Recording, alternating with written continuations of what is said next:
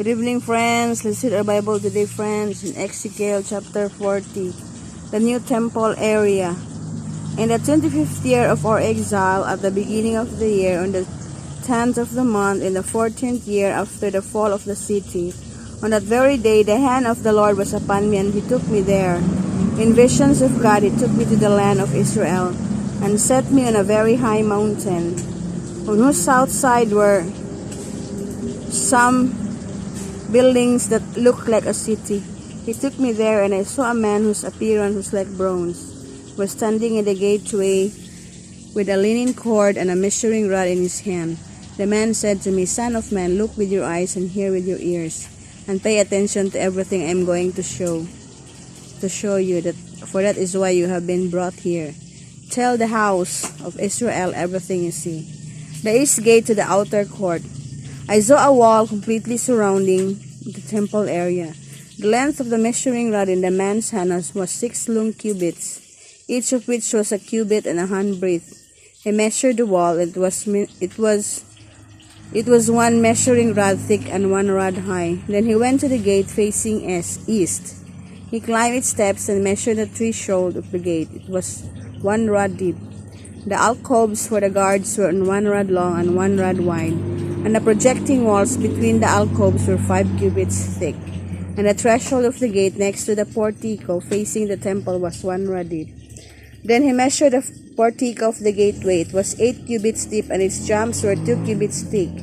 The portico of the gateway faced the temple. Inside the east gate were 3 alcoves on each side.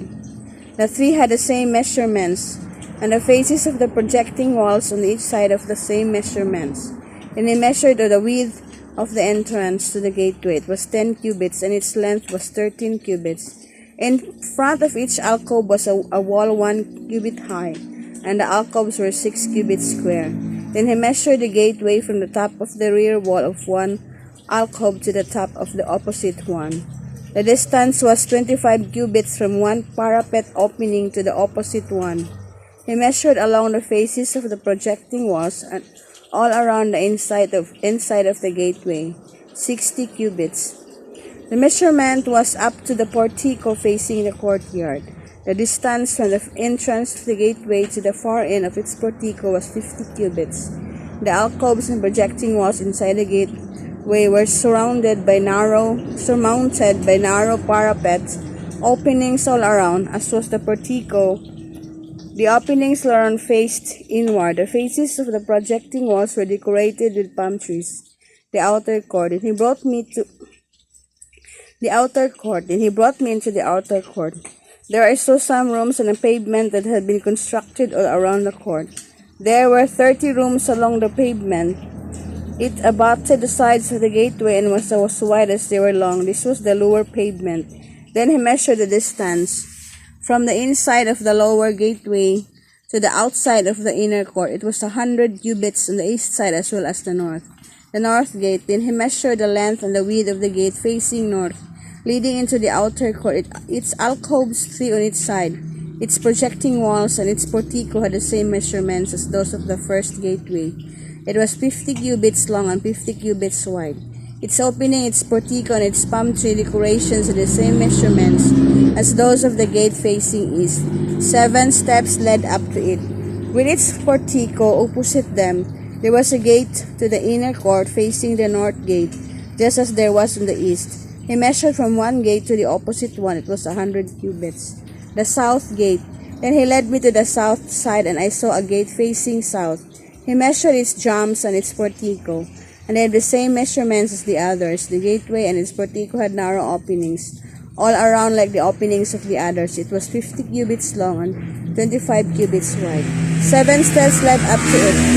With its portico opposite them, it had palm tree decorations in the faces of the projecting walls on each side. The inner court also had a gate facing south, and he measured from this gate to the outer gate of the south side.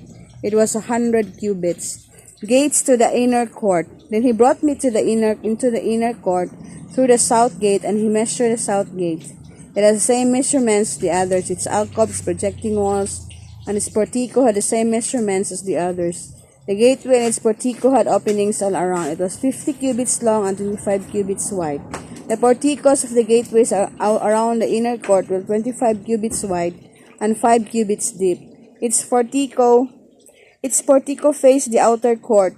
Palm trees decorated its jambs, and each step led up to it. Then he brought me to the inner court on the east side, and he measured the gateway. It has the same measurements as the others. Its alcoves, projecting walls, and its portico had the same measurement as the others. The gateway and its portico had openings all around. It was 50 cubits long and 25 cubits wide.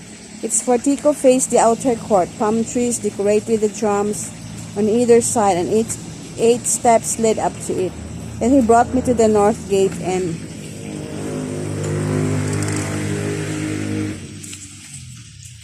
measured it. It had the same measurements as the others, as did its alcoves, its projecting walls, and its portico, and it had openings all around. It was 50 cubits long and 25 cubits wide.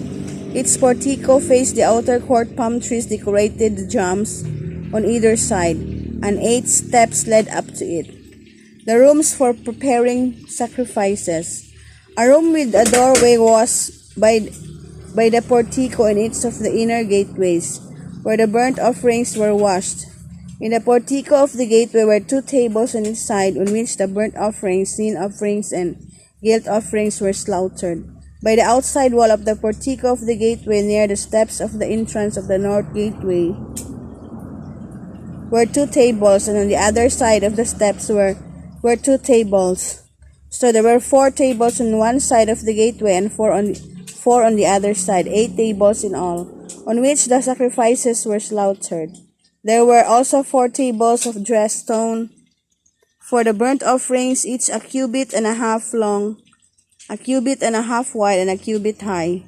On them were placed the utensils for slaughtering the burnt offerings and other sacrifices, and double prolonged hooks, each a handbreadth long, were attached to the wall all around.